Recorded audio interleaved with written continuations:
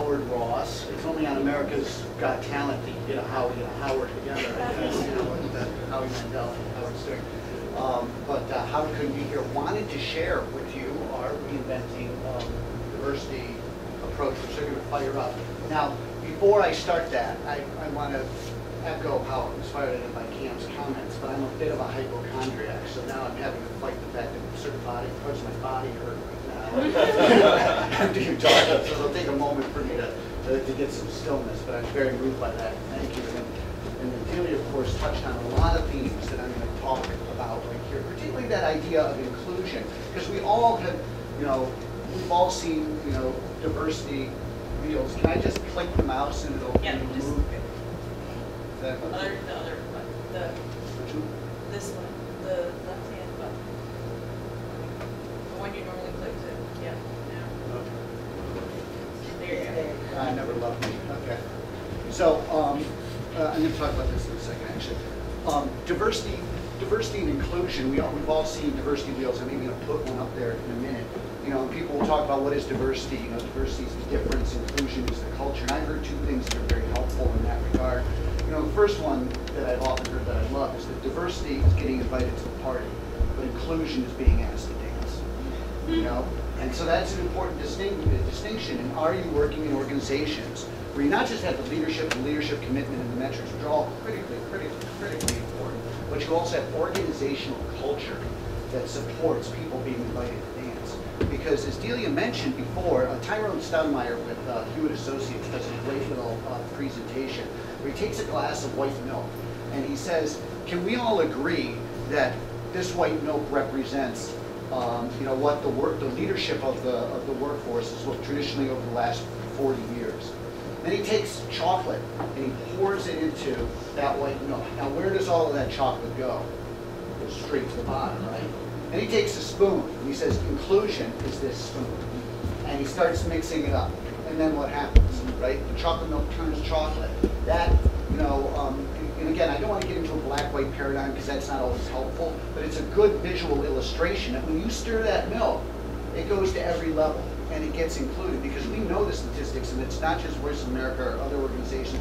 We work with the VA, we work with others, and if you look below, you know, GS9 and below, the workforce is 75%, you know, minority, and 25, you know, percent, you know, traditionally white. And you go SES and above, and it's 75% white and 25% the rest of the grade. It's literally flipped and inverted. So that's really the challenge that we're trying to address in a great variety of organizations, and it's not just federal agencies. So I just want to take a moment to get you guys engaged, because I realize, you know, we started just a moment late and you guys have been talking.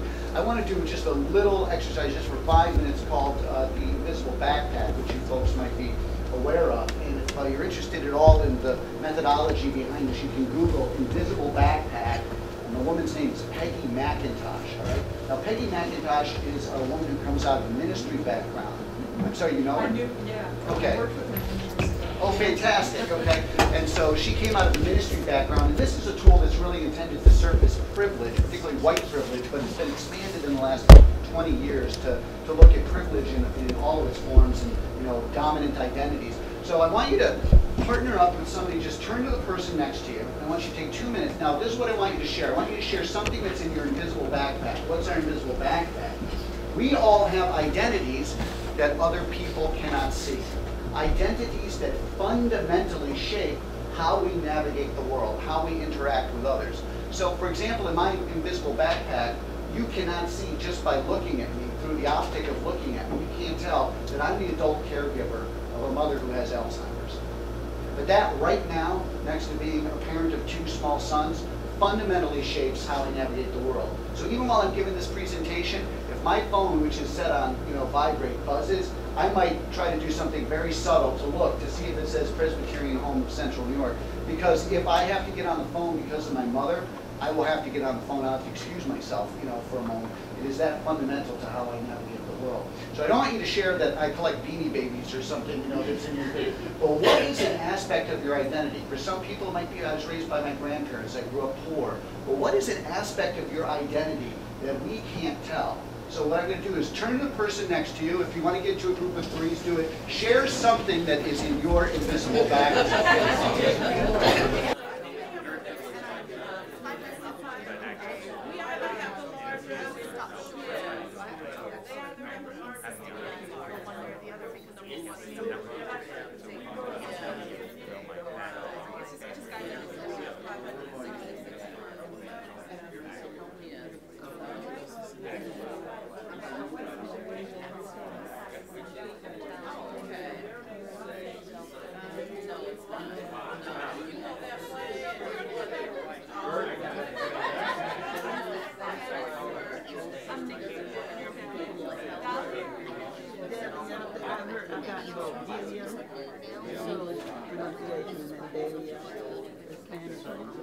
And they didn't see us, but they didn't see Greg.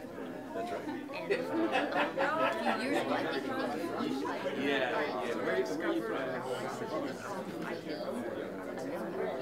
An activity that's done in the disability space because we just can't see, obviously.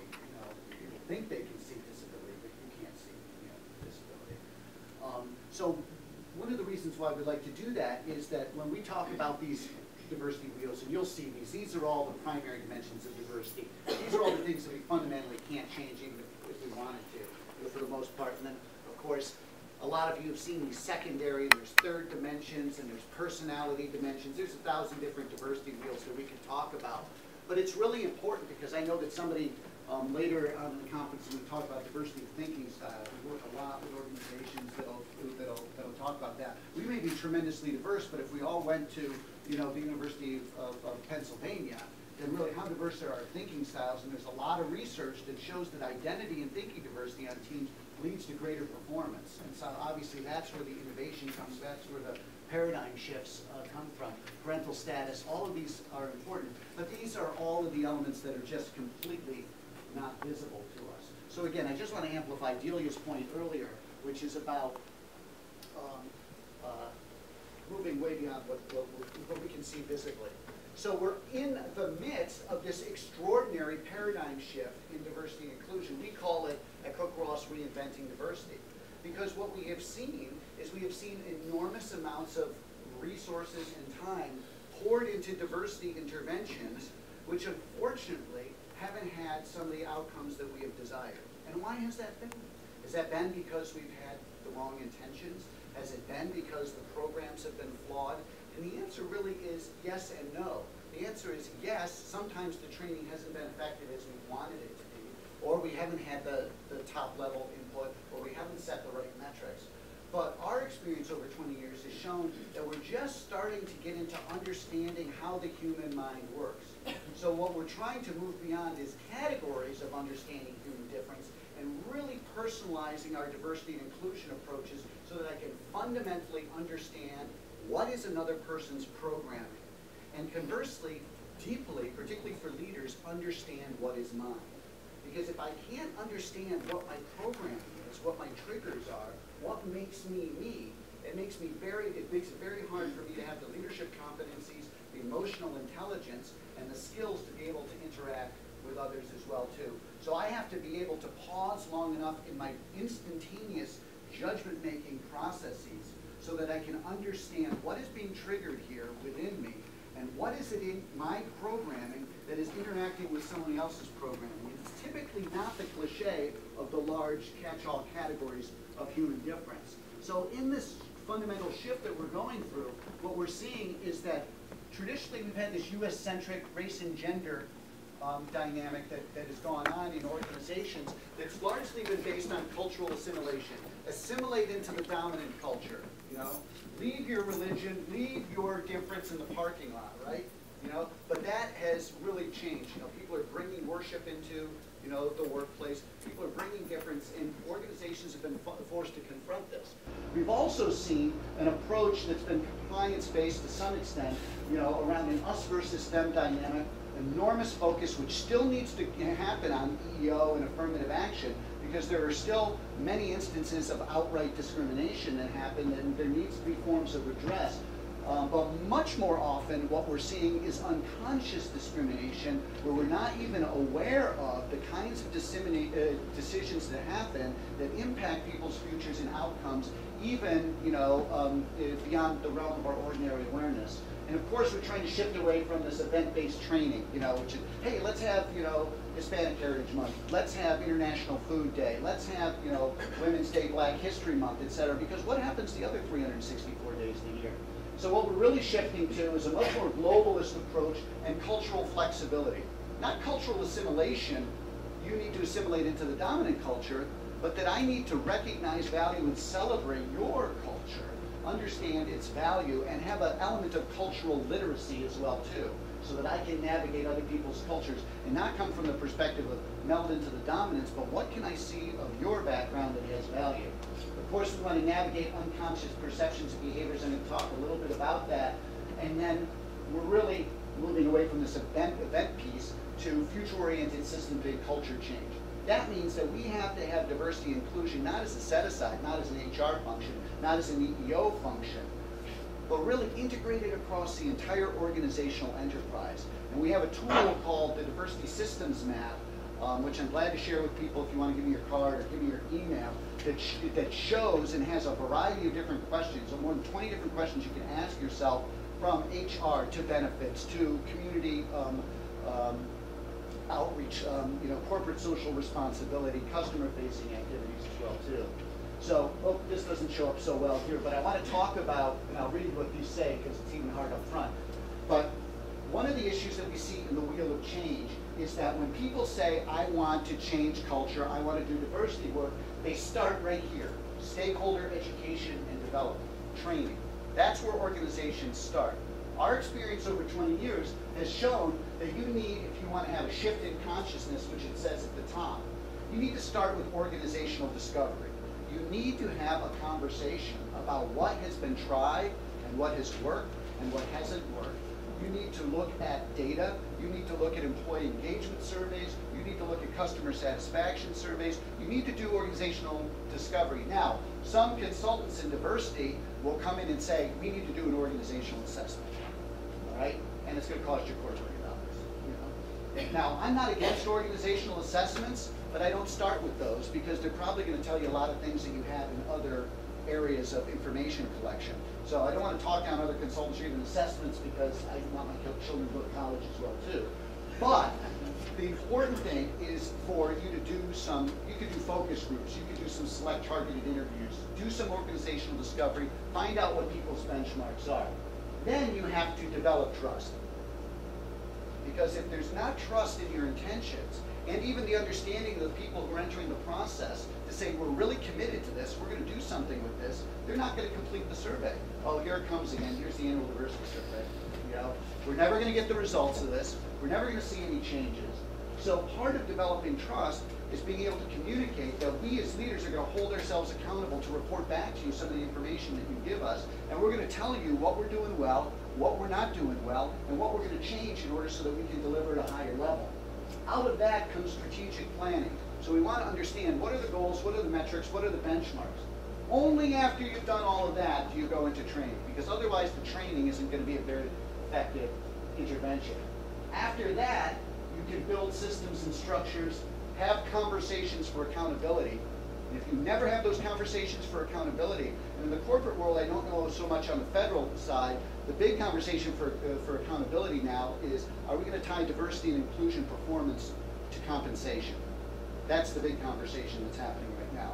Now, it happens in two ways. We have minority set-aside goals, and what happens is at the end of the year, the manager all of a sudden says, oh my gosh, now I have to hire 15 people, and they all have to look like this. What do? They go out and they just hire 15 people. What happens the next year? All 15 of those people are gone, right? Because they didn't hire the best people and they didn't hire the right people. So having conversations for accountability is not just about hiring people, but about saying, and we're going to have an expectation that you're going to do everything that you can to retain and advance and develop these people along the way as well too. That leads to regeneration, and then you're going to have a shift in consciousness because you're going to have new challenges that this cycle is going to have to address. So I put this up there to say, we're not just talking about training here, because that's where people go, because training's easy. Let me get some training in here. And by the way, training really can't happen in an hour, I know I'm telling you guys this, right? Training can't happen in an hour. Let's have somebody come in, you know, and have training happen in an hour. That's not how adults learn. That's not how the human brain changes. So if you really want to have skill transfer, you got to commit a minimum of 3 hours. A minimum of 3 hours. Because 2 hours or less, you're talking about awareness and information. That's all I do. We're defining terms. I'm putting things on your agenda. I'm making you aware of stuff. But if you want behavior change and consciousness shift, you have to have a minimum of 3 to 4 hours. Because at that point in time, people can build the trust that they need to. Because people are still in the first 45 minutes trying to decide, can I trust this guy? You know? So you guys are probably thinking about that with me as well too. That's completely normal. Why? Because that's how the human brain works. So I want to move forward and just say this is what the workforce looks like. It's not that big glass of white milk with the chocolate at the bottom. That's an old conversation. This is what the workforce looks like. It is not this binary conversation. So you have Arabs and Muslims interacting with Asians and Jews and people who define as mixed race. Adelia brought up this issue. You know, we know that of Latinos, you know, 25% of Latinos report on the census as being white. You know, other ones, depending on mixed race, you know, will report as being various forms of minority. So it's very hard to really capture, you know, the demographic picture because it's so complicated. But this is a conversation that's running in all sorts of different directions. And we know that culture shows up in all these different ways in the organization. Do I make eye contact? How is my time orientation? Do I cooperate or compete on the basis of my my cultural background? How direct or indirect am I? You know, some people are like, "Will you please get to the point?" You know, and you know, it's almost like you're wasting my time. Well, they're not really trying to waste your time. Just from their cultural background, it's considered very rude to get right to the point with somebody. You know, they want to socialize first. They want to, you know, ingratiate. Then they're going to hit you with the thing. I'm reminded all the time of the conversation. Bobby Valentine, who is now the manager of the Red Sox, but at this time, before he managed the New York Mets, would say, I don't know if I can trust these pitchers from the Dominican Republic. They will never make any eye contact with me, you know? And he later, to his credit, realized that these pitchers were trained. You never would eyeball somebody. You would never look somebody directly in the eye because he's the manager. But he's like, I wish somebody would teach these people to, you know, to look me in the eye because I think that they're so untrustworthy. So he's being shown respect, and in return for that deference and respect, what happens? A human judgment that says these people are untrustworthy. So it's really kind of criminal. But despite all of this, because you say, we need to know each other's programming, we need to press the pause button on our decision making and our judgment making, it's amazing that we get anything done at all, right? Because we are so enormously complex and there's so many levels. Here's another one. Which of your identities are dominant and which are non-dominant? Because, for example, I might, you know, come from a sexual majority, but be in a group of people who are of a non-dominant group. So, for example, what happens if I'm a Mexican person who uses a wheelchair and I'm also bisexual? Which of those identities is going to express itself in any given context? So we have to navigate these multiple identities, which also may or may not be dominant or not dominant, given the group of people that we're in at any given time. And then how do we learn to navigate? You know, Ralph Ellison, of course, you know, talked about, you know, the invisible man, and there's also, you know, double consciousness that's evolved, and some of those consciousnesses that we have become dissonant over time. So, for example, when you look at this woman, is she hardworking, lazy, confident, or trustworthy, or something else? When you look at her, what do you think she is right away? Hardworking. You think she's hardworking? I'll confess, because my experience is most people are going to be PC. I never had any judgment when I looked at it. Because, you know, I treat everybody equally. I never had any judgment. That's just me, and I'm so fair. Well, I look at her and I see her hair has two colors. All right. Now, when I was in high school in the early '80s, you know, it was like, you know, flock of seagulls and purple hair and all of this other stuff. So I look at that and I think she's a radical. Bang, like that. I see the eyebrows. I see everything. My other big thing is piercings and tattoos. You know, that happens all the time. I look at that. My programming tells me that that person's a radical, that that person marches to the beat of a different drummer. Now, I can press my pause button because I'm a person practitioner, right? You know, and I don't judge people, but that happens right away. So you're asking me to fight, you know, 40 plus years of my programming. Same one here. You know, hardworking, lazy, confident, trustworthy. You know, very hard to tell, right?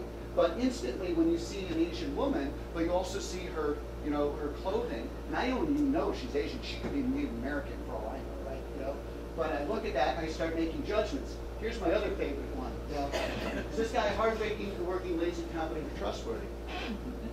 Anybody willing to say what they think about this guy? What does he look like?